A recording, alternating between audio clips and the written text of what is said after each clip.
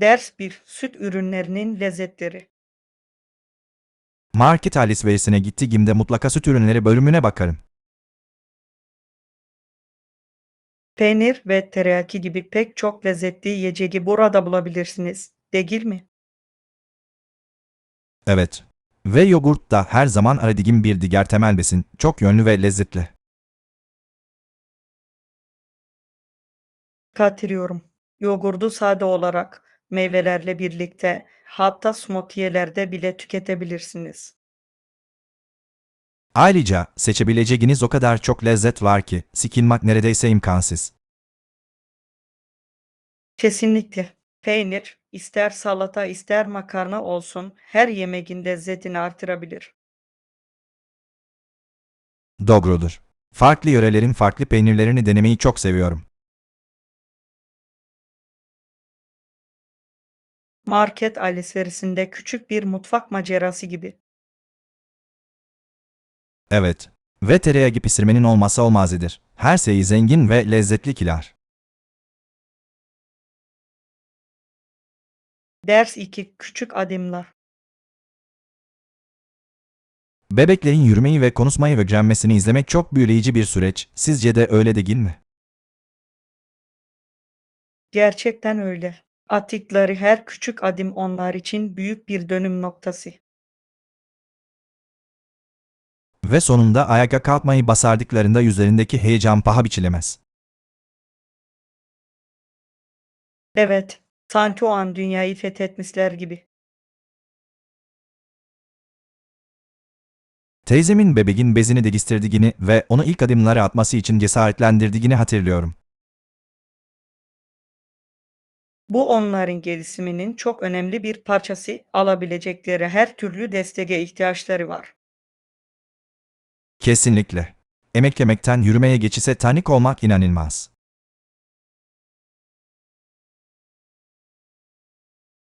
Ve bir kez konuşmaya başladıklarında iletişimin bambaşka bir dünyası açılıyor.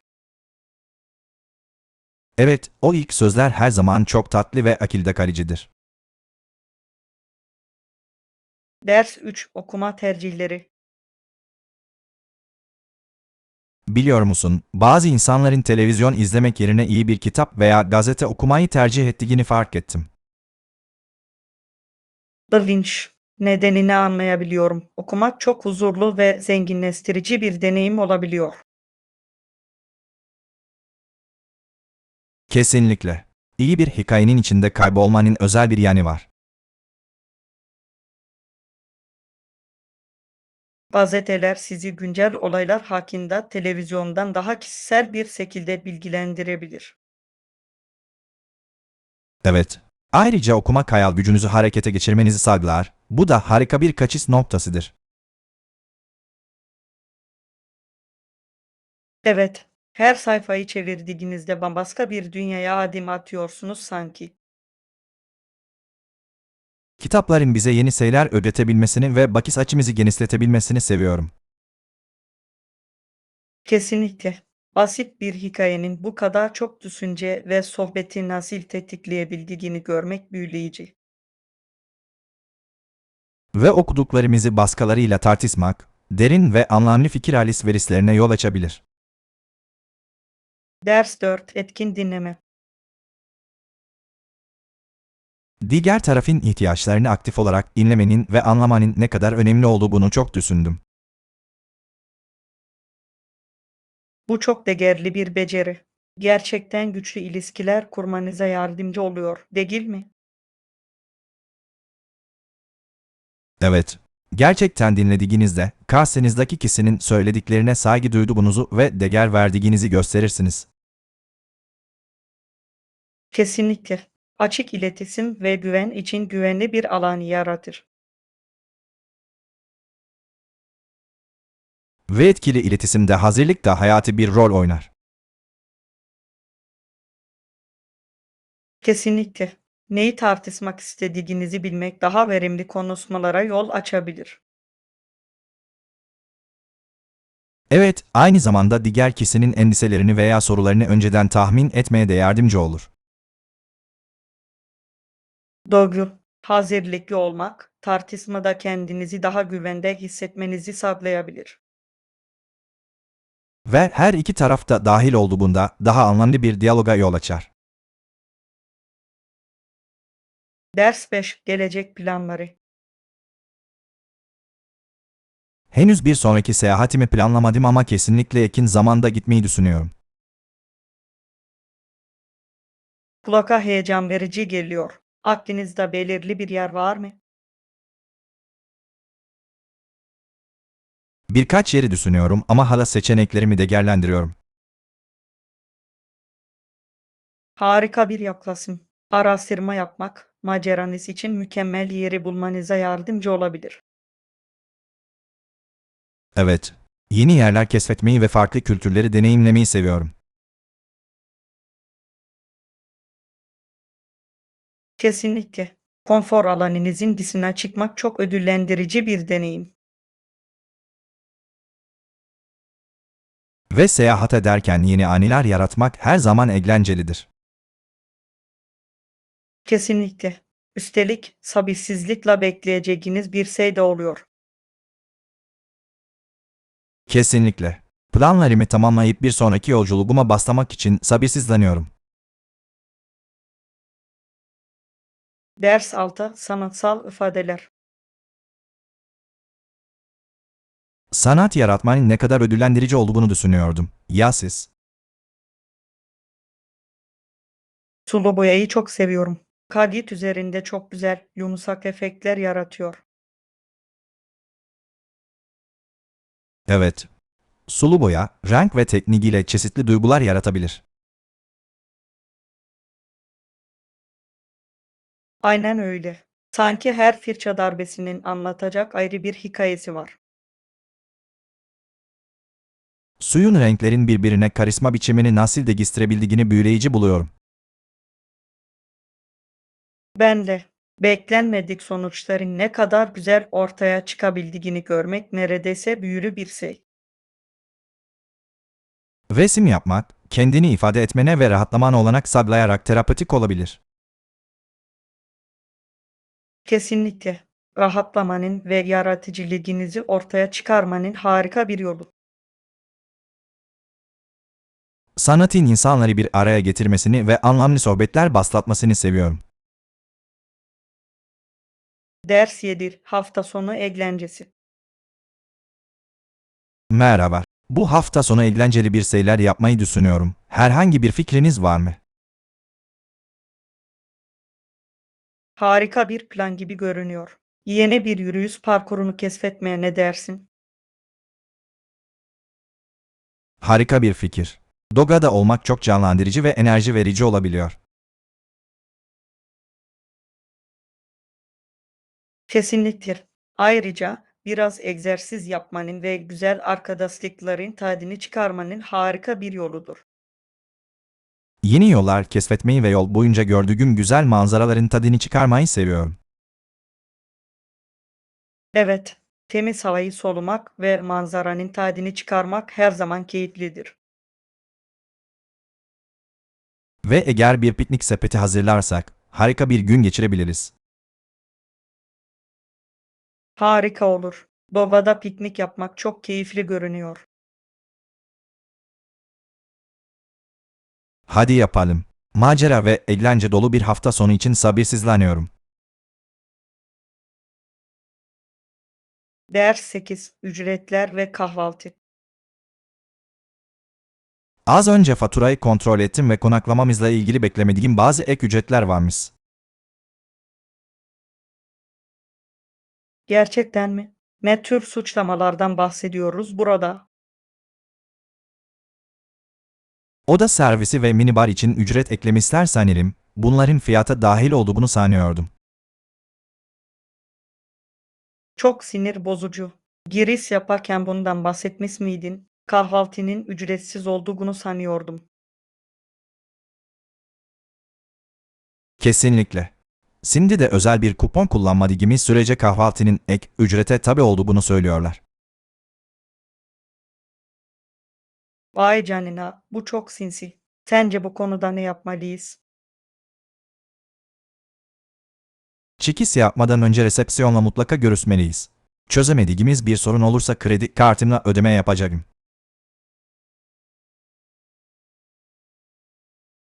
İyi fikir. Bu suçlamaları açıklığa kavuşturmak önemli. Böylece hazırlıksız yakalamayız. Kesinlikle tam olarak ne için ödeme yaptığımızı bilmeyi hak ediyoruz. Ders 9. Atom bombası tartışması. Atom bombasının geliştirilmesinde ne kadar para harcandığını hiç düşündünüz mü? Kesinlikle bu inanılmazdı. Özellikle de yaratılmasına ayrılan kaynaklar düşünüldüğünde. Kimileri bunun savaşın sona ermesi için gerekli olduğunu savunurken, kimileri de bunun ahlaki bir basaresizlik olduğuna inanıyor. Bu karmaşık bir konu değil mi? Birçok kişi amacın aracı mesluk ildiğini düşünürken bazıları ise buna katılmıyor. İlginç olan, bazılarının onu kullanma isteğinin korku ve güç karışımından kaynaklandığını söylemesi. Gerçekten de o dönemde bu güç dinamiki çok önemliydi ve uluslararası ilişkileri onlarca yıl şekillendirdi. Böyle bir silahın etkileri bugün bile hissediliyor, öyle değil mi? Kesinlikle teknolojik gelişmelerin getirdiği sorumluluğun bir hatırlatıcısı. Bu, her zaman göz önünde bulundurmamız gereken bilimsel ilerlemede etik sorusunu gündeme getiriyor. Ders 10. Umut şekillendirmek. Sabir ve şükran dolu bir kalp ve umudu nasıl anlamlı bir şeye dönüştürebileceğimizi düşünüyorsunuz. Başkalarına ilham veren, pozitif bir dalga etkisi yaratan küçük eylemlerle başladığına inanıyorum. Mantıklı olan bu, nazik davrandığımızda etrafımızdakilerin de aynısını yapmasını sağlarız.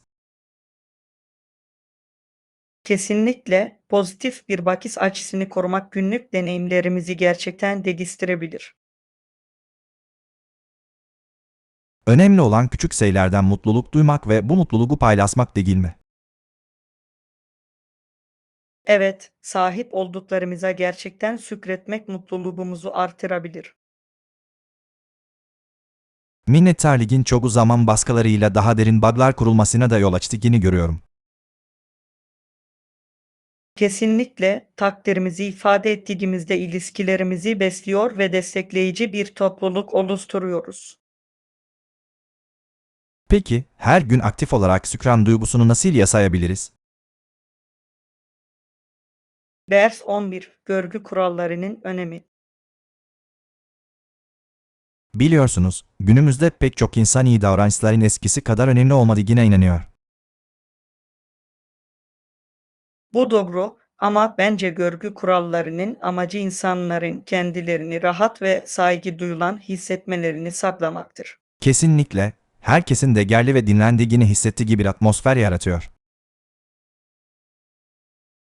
Acaba insanlar iyi davranışların sosyal etkileşimlerini artırabileceğinin farkında mı? Basit bir teşekkür ederim veya lütfen in ne kadar büyük bir fark yaratabileceğini çoğu zaman küçümserler. Ve zor durumlarda gerginliğin azalmasına yardımcı olarak konuşmaları daha keyifli hale getirebilir. Evet.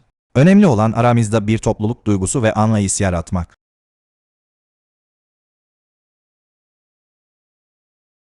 İyi görgü kuralları engelleri yıkıp köprüle inşa edebilir. Öyle değil mi? Kesinlikle her kültürde etkili iletişimin hayati bir parçasıdır. Ders 12. Turistik yerler. Seyahatiniz sırasında herhangi bir turistik yeri ziyaret etmeyi planlıyor musunuz? Kesinlikle. Eyfel Kulesi'ni görmek istiyorum. Çok ikonik bir yapı. Harika bir seçim. Tepeden manzara nefes kesici olmalı. Geceleri ışıklandırıldığında daha da güzel olduğunu duydur. Evet, o Isildayan isikler büyülü bir atmosfer yaratıyor. Mutlaka görülmeli. Listenizde başka hangi yerler var? Özellikle Mona Lisa'yı görmek için Louvre Müzesi'ni gezmeyi çok isterdim. Ah, ne kadar büyüleyici. Oradaki sanat dünya çapında ün kazanmış. Bu duvarların arasında ne kadar çok tarih saklı olduğunu görmek şaşırtıcı. Ders 13 karar verme. Ben yolculuğumuzu sabırsızlıkla bekliyorum. Sen ne yapmak istediğini düşündün mü? Birkaç fikrim var ama karar vermek bazen zor olabiliyor. Doğrudur. Birlikte geçirdiğimiz zamanı en iyi şekilde değerlendirmek istiyoruz. Eğlenceli aktivitelerin rahatlatıcı aktivitelerle dengelenmesinin önemli olduğunu düşünüyorum. Kesinlikle. Mükemmel bir kaçamak için macera ve dinlenmenin bir karisimi sart. Peki siz neye meylediyorsunuz? Açık hava maceralarını düşünüyorum. Belki biraz yürüyüş yapmak veya yerel pazarları keşfetmek. Kulağa heyecan verici geliyor. Kendimi yere kültüre kaptırmayı seviyorum. Ben de. Bize mekanla daha derin bir bağ kurma şansı veriyor. Ders 14 kahvaltı planları. Otelde kahvaltı saat kaçta servis ediliyor? Kahvaltımız sabah 7'den 10'a kadar servis ediliyor. Bu da bize iyi bir fırsat sağlıyor. Mükemmel. Sundukları yöresel yemekleri denemek için sabırsızlanıyorum. Evet, yerel mutfağı tatmak seyahat etmenin en sevdiğim kısımlarından biri. Taze pastalar olmasını umuyorum. Fransız pastalarının çok lezzetli olduğunu duydum. Evet öyle. Sabahın erken saatlerinde sıcak bir kruvasanla hiçbir şey kıyaslanamaz. Kesinlikle. Güne başlamanın keyifli bir yolu. Ve rahat bir kahvaltı yapmak günümüzü önceden planlamamızı sağlar. Haklısın. Gelecek maceralar için olumlu bir hava yaratıyor. Ders 15 kişi eğlencesi. Kesin hiç kardan adam yaptınız mı? Evet, çok keyifli bir aktivite, özellikle arkadaşlarla birlikteyken. Ben bazen kardan kalede yapıyorum. Kara ayrı bir eğlence katıyor. Harika görünüyor. Sonrasında kartopu havası yapmak çok eğlencelidir. Aynen öyle. Eskiden destansı kartopu savaşları yapardık. Bunlar benim en sevdiğim kız anılarından bazıları. Karın sıradan bir günü nasıl maceraya dönüştürebildiğini görmek inanılmaz. Ve soğuk aylarda açık havanın tadını çıkarmanın ve aktif kalmanın harika bir yolu. Evet, kesin kendine has bir çekiciliği var. Özellikle de yapabileceğimiz pek çok eğlenceli aktiviteyle. Ders 16 Başarılı geziler. Kars lastigimiz ufak tefek zorluklara rağmen başarılı bir yolculuktu diyebilirim. Sizce de öyle değil mi? Kesinlikle. Bu zorluklar genellikle daha sonra en iyi hikayeleri oluşturur. Kesinlikle, önemli olan bunları nasıl ele aldığımızdır. Bize hayatın değerli becerileri olan dayanıklılık ve uyum sağlama yeteneğini öğretir. Ve her deneyim yolculuğumuza bir şeyler katıyor, değil mi? Evet, bizi şu anda farkında bile olmadığımız şekillerde şekillendiriyor. Geriye dönüp baktığımda o anlardan neler öğrendiğimizi düşünüyorum. Ben de anıları daha da özel kılıyor. Peki, bir sonraki maceramız ne olacak? Ders 17. Tarihi kasabalar. Bu kasabanın 17. yüzyılda Hollanda'dan gelen yerleşimciler tarafından kurulduğunu biliyor muydunuz? Gerçekten mi? Çok ilginç. Ziyaret ettiğimiz yerlerin tarihini öğrenmeyi çok seviyorum. Evet, ilk yerleşimciler kasabalarına New Amsterdam adını verdiler ve bu isim daha sonra New York'a dönüştü. İsimlerin ve yerlerin zaman içinde nasıl değiştiği şaşırtıcı, onların tarihini daha da takdir etmenizi sağlıyor. Kesinlikle. Eski sokaklarda yürürken geçmişin hikayelerini neredeyse hissedebiliyorsunuz. Hayal edebiliyorum. Orijinal binalardan herhangi biri bugün hala ayakta mıdır sence? Evet, bunların bir kısmı tarihi eser olarak korunmuştur ve önemlerini vurgulayan turlar düzenlenmektedir. İnanılmaz geliyor. O zamanlar insanların nasıl yaşadığını ve günlük hayatlarının nasıl olduğunu görmeyi çok isterdim. Kesinlikle. O zamanlar hayatın bugünkünden ne kadar farklı olduğunu düşünmek ilginç. Ders 18. Tarihsel Babilikler. Akadiyalilerin bir zamanlar İngiltere Kralı George'a Babilik yemini etmek zorunda olduklarını biliyor muydunuz? Gerçekten mi? Çok ilginç. Böylesine çalkantılı bir dönemde onları bunu yapmaya neyin motive ettiğini merak ediyorum. Özellikle Akadyanların çoğunun aslen Fransız yerleşimciler olması nedeniyle durum karmaşıktı. Mantıklı. İki güçlü ulus arasında sıkışıp kalmış olmalılar ki bu da zorlayıcı olmalı. Kesinlikle. Philips 1729'da bunu müzakere ederek Fransızca konuşan nüfusun sadakatini sağlamayı başardı.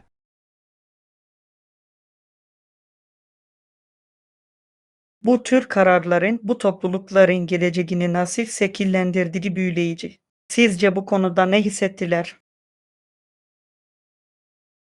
Değişen siyasi ortamda hayatta kalmayı garantilemek istedikleri için korku ve umudun bir karışımı olduğunu düşünüyorum. Doğru. Zamanla, özellikle bölgedeki değişen ittifaklarla sadakatleri sınanmıştır. Evet, tarihin insanları aileleri uğruna zor seçimler yapmaya zorlaması dikkat çekicidir. Ders 19. Firin mutluluğu. Evde ekmek yapmayı denediniz mi? Evet, yaptım ve itiraf etmeliyim ki sıfırdan ev yapımı ekmek yapmak inanılmaz derecede tatmin edici bir şey. Kesinlikle katılıyorum. Mutfağı dolduran taze ekmek kokusuna doyum olmaz.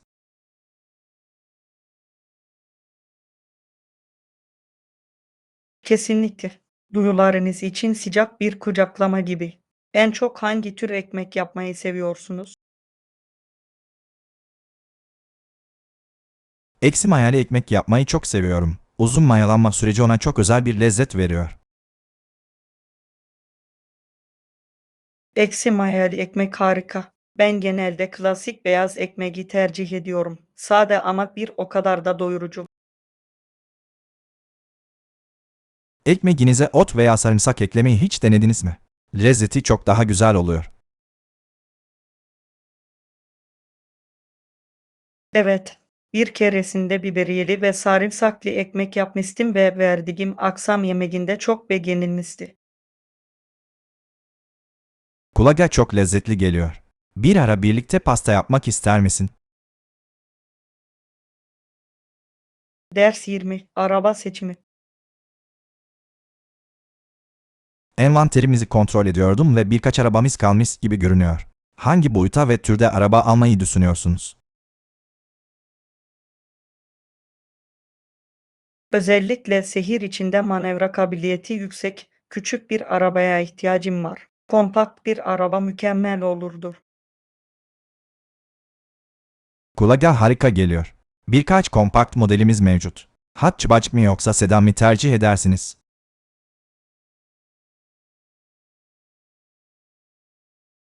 Fark etme açısından Hatchback'in daha kullanışlı olacağını düşünüyorum. Ayrıca market alışverişi ve diğer eşyaları yüklemek de daha kolay. Kesinlikle. Hatchback'ler oldukça çok yönlüdür.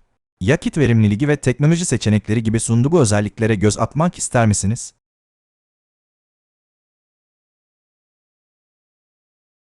Evet, yakıt verimliliği hakkında daha fazla bilgi edinmek isterim. Bu benim için önemli bir faktör. Bu model, şehir içi sürüş için oldukça etkileyici olan galon basına yaklaşık 35 mil yakıt tüketiyor. Sizce bu sizin ihtiyaçlarınızı karşılar mı? Kesinlikle. Bu bana epey yakıt tasarrufu sağlar. Peki ya güvenlik özellikleri? Seri takip asistanı ve otomatik acil frenleme gibi gelişmiş güvenlik özellikleriyle birlikte geliyor. Bunlar gerçekten faydalı olabilir. Ders 21. Riskli hız. Projemizde karşılaşabileceğimiz potansiyel riskler hakkında çok düşündüm. İleride herhangi bir sürprizle karşılaşmamak için her birini dikkatlice analiz etmemiz çok önemli. Kesinlikle risk yönetimi çok önemli. Bu riskleri erken tespit etmezsek ciddi aksaklıklarla karşılaşabiliriz. Evet, bazı riskler ilk bakışta önemsiz görünebilir. Ancak hazırlıklı olmasak büyük sorunlara yol açabilirler. Kesinlikle. Örneğin finansal riskleri göz ardı edersek tüm bütçemiz tehlikeye girebilir. Peki ya operasyonel riskler? Sağlam bir planımız yoksa, bunlar bizi sinsice yakalayabilir. Evet, acil durum planlarına sahip olmak çok önemli. Bir şeyler ters giderse bizi koruyacak bir güvenlik agi gibi. Bu arada, bu riskleri ekibe nasıl etkili bir şekilde iletebileceğimizi düşündünüz mü?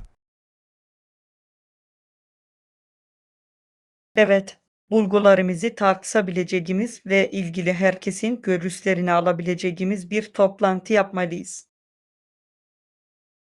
Harika bir fikir. Herkesin bakış açısını dikkate alarak yaklaşımımızı geliştirebilir ve daha güçlü hale getirebiliriz. Ders 22. Amsterdam maceraları. Amsterdam'da olası bir aktarma için gerçekten heyecanlıyım. Şehri keşfetmek için eğlenceli bir fırsat gibi görünüyor. Kesinlikle katılıyorum. Aktarma sırasında ne kadar zamanımız var? Sanırım 6 saat kadar sürecek, bu da bize bazı yerleri görmemiz için yeterli zaman sağlayacaktır.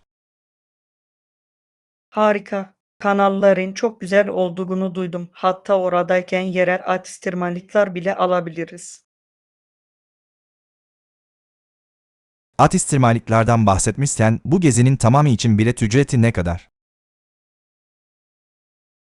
Sanırım 1000 dolar civarında bir şey ama aktarmalı uçuşla her kuruşuna değebilir. Kesinlikle. Amsterdam'ı keşfetmek, özellikle canlı kültürü ve tarihiyle eşsiz bir deneyim olacaktır.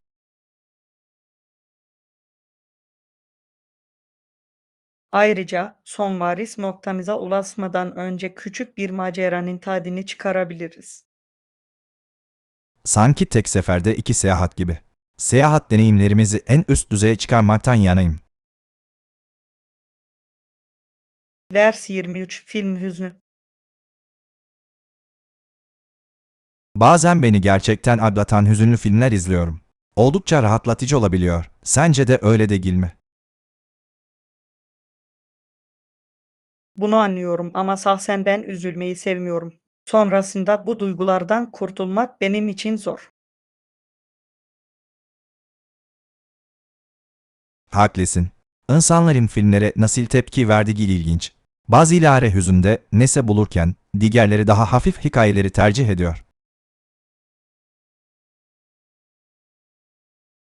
Kesinlikle. Genellikle komedi filmlerine veya iyi hissettiren filmlere yöneliyorum çünkü bunlar moralimi yükseltiyor ve beni gülümsetiyor.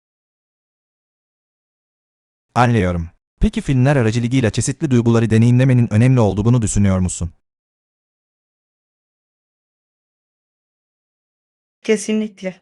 Kendi duygularımızla bağlantı kurmamıza yardımcı oluyor. Ama yine de mümkün olduğunda her şeyi iyimser tutmayı tercih ediyorum. Buna saygı duyuyorum. Her şey kişisel tercihe ve bizde yankı uyandıran sebeple.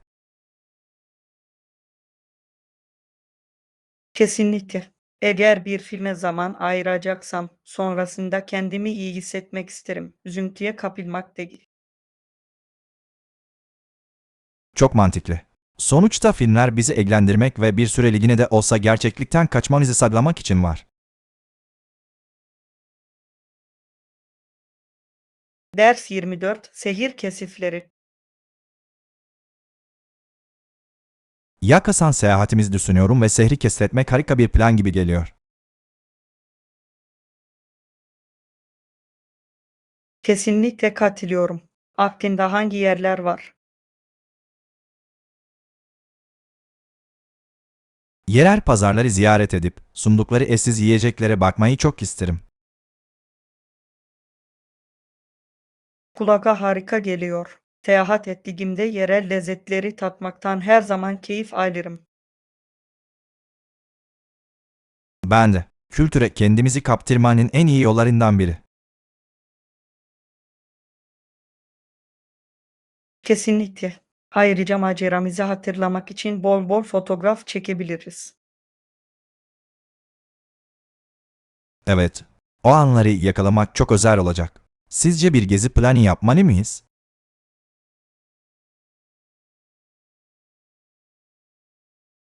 Belki de sadece ne görmek istediğimize dair kabataslak bir fikir. Bu bize kendiliğinden keşfetme konusunda biraz esneklik sağlayacaktır. Bu iyi bir denge. Biraz yapısallık olması ama aynı zamanda sürprizlere de yer bırakması fikrini seviyorum. Ders 25 Mutfak Yolculukları. Hiç evde uluslararası tarifler pişirmeyi denediniz mi? Çok eğlenceli bir deneyim olabilir. Evet, yaptım. Mutfağıma dünyanın küçük bir parçasını getirmek gibi. Peki ya sen?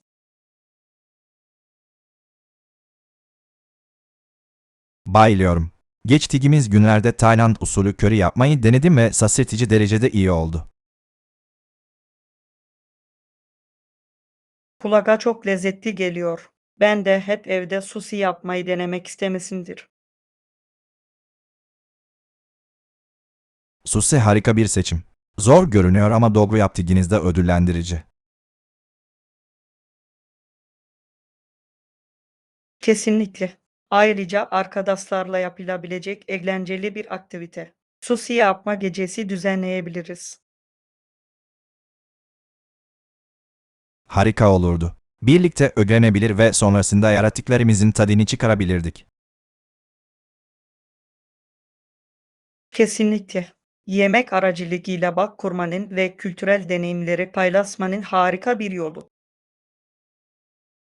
Yemek yapmanın bizi farklı kültürlerle nasıl birleştirdiğini seviyorum. Bu, yemeği daha da özel kılıyor. Ders 26 Avcılığı gözden geçirme. Bir seyahat planlarken en iyi fırsatları bulmak için her zaman yorumları okurum. Seçeneklerimi daraltmama gerçekten yardımcı oluyor. Akıllıca bir yaklaşım. Ben de aynısını yapıyorum. Özellikle konaklama ve restoran söz konusu olduğunda. Kesinlikle. Paramı harcamadan önce doğru seçimleri yaptığımdan emin olmak istiyorum. Ayrıca yerel görüşler deneyimimizde büyük fark yaratabilir. Kesinlikle. Ayrıca iyi yorumlar alan bazı yerel turistik yerlere de bakacağım. Evet, önemli olan zamanımızı en iyi şekilde değerlendirmek ve ziyaretimizden en iyi şekilde yararlanmak. Tipik turist rehberlerinde yer almayan gizli hazineleri keşfetmeyi seviyorum. Ben de. Seyahatin daha otantik ve unutulmaz olmasını sağlıyor. Kesinlikle. Yorumlara bakarak gitmek istediğimiz yerlerin bir listesini yapalım. Ders 27. Bahçecilik hedefleri. Bahçemde bir bahçe kurmayı düşünüyorum ama ne kadar büyük olması gerektiğinden emin değilim. Karar vermek zor olabilir. Ancak küçükten başlamak en iyi yaklaşım olabilir. Katılıyorum. Belki de genişletmeden önce sadece birkaç bitkiyle alismak yeterli olur. Kesinlikle. Hem daha kolay yönetiliyor hem de ilerledikçe öğrenmemizi sağlıyor. Sizce hangi bitki türleriyle başlamalıyız? Ben otları öneririm. Yetiştirilmesi kolaydır ve yemeklerde kullanılabilir. Harika fikir. Ayrıca taze otlar yemeklere çok lezzet katıyor. Kesinlikle. Hatta ileride sebzeleri de deneyebiliriz. Çok eğlenceli bir proje gibi görünüyor. Şimdiden güzel bir küçük bahçe hayal edebiliyorum. Ders 28. Kız gezisi heyecanı. Evet, önümüzdeki ay bir iş konferansı için Paris'e seyahat edeceğim ve bu konuda oldukça heyecanlıyım. Kulağa harika geliyor. Paris, sunabileceği çok şey olan çok canlı bir şehir. Biliyorum. Konferansı sabırsızlıkla bekliyorum ama aynı zamanda şehri biraz keşfetmeyi de umuyorum. Kesinlikle yapmalısın. En çok hangi manzaraları görmek istiyorsun? Eiffel Kulesi'ni ziyaret etmeyi ve belki de Seine Nehri kıyısında yürüyüş yapmayı çok isterdim. İkisi de harika seçimler. Eyfel Kulesi'nin manzarası nefes kesici. Ve Seine Nehri, konferansta geçen yogun bir günün ardından rahatlatıcı bir yürüyüş için mükemmel bir yer. Kesinlikle. Hem atmosferi içinize çekebilir hem de yöresel lezzetlerin tadını çıkarabilirsiniz. Evet, kesinlikle buna zaman ayıracağım. Mutlaka denenmesi gereken yemek önerileriniz var mı?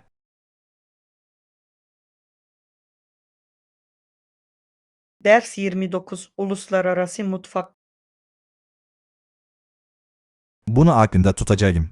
Seyahat ederken başka hangi uluslararası yemekleri denememi önerirsiniz? Çok fazla seçenek var. Gerçek İtalyan makarnalarını mutlaka denemelisiniz. Ezber bozan bir deneyim. Kulağa çok lezzetli geliyor. Ev yapımı makarna yapmanın bambaşka bir deneyim olduğunu duydum. Kesinlikle. Ve Hint körisini unutmayın. Lezzetleri inanılmaz. Körileri çok severim. Çok zengin ve doyurucu oluyorlar. Peki ya tatlılar? Fransız makaronlarını mutlaka denemelisiniz. Hafif ve lezzet doludurlar. Hep tatmak istemiştim. Çok lezzetli bir lezzete benziyor. İnanın bana, buna değer. Her bölgenin keşfedilecek kendine özgü spesiyaliteleri var. Beni bekleyen lezzetli yemekleri düşündükçe heyecanlanıyorum. Ders 30. Siyasal uyumunun saklanması. Birisi gerçekten tatmin edici kilan şeyin ne olduğunu çok düşündüm ve bunun iş ve özel hayatı arasında mükemmel bir denge kurmakla ilgili olduğuna inanıyorum. Kesinlikle ve bence büyüme fırsatları da bu denklemde önemli bir rol oynuyor. Katılıyor musunuz? Evet, bir iş bana hem kişisel gelişim imkanı sağlıyor hem de kendime zaman ayırmamı sağlıyorsa bu ödüllendirici bir his. Bu sadece sizi zorlayan değil, aynı zamanda iş dışında zamanınıza da saygı duyan bir rol bulmak gibidir. Kesinlikle. İnsanların kişisel hayatlarından ödün vermeden gelişebildikleri ortamlarda başarılı olduklarını gördüm. Ve kariyer gelişiminin yanı sıra çalışan ve fahini de önceliklendiren şirketleri görmek ferahlatıcı. Evet. Kendinizi sadece bir çalışan olarak değil, bütün bir insan olarak değerli hissettiğinizde bu çok büyük bir fark yaratıyor. Hem profesyonel hem de kişisel gelişimi besleyen bir çalışma kültürü yaratmakla ilgilidir. Kesinlikle. Bu denge uzun vadeli iş tatmini ve genel mutluluk için olmazsa olmazdır.